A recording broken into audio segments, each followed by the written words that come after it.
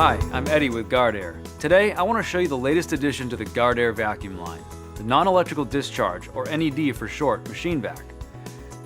The NED Machine Vac is designed to safely vacuum combustible powders and dust such as wood, aluminum, bronze, magnesium, and zinc. Powered by standard shop compressed air, the NED Machine Vac operates on the Venturi principle, and therefore has no moving parts or motors to spark or burn out.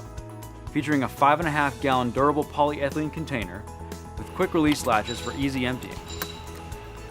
The NED Machine Vac comes with a vertical mounting plate perfect for installing on a wall or near workstations.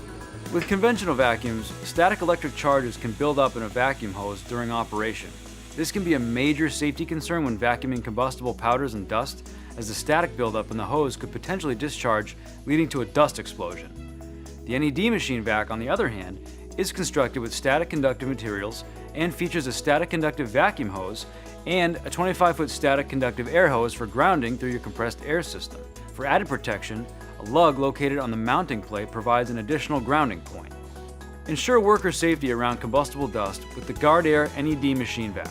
For more information, visit our website at guardair.com.